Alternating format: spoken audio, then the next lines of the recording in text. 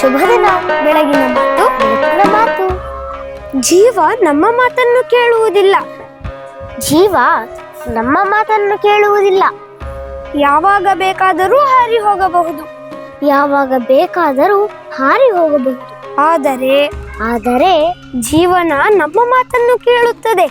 ಜೀವನ ನಮ್ಮ ಮಾತನ್ನು ಕೇಳುತ್ತದೆ. ಹೇಗೆ ಬೇಕಾದರೂ ರೂಪಿಸಿಕೊಳ್ಳಬಹುದು.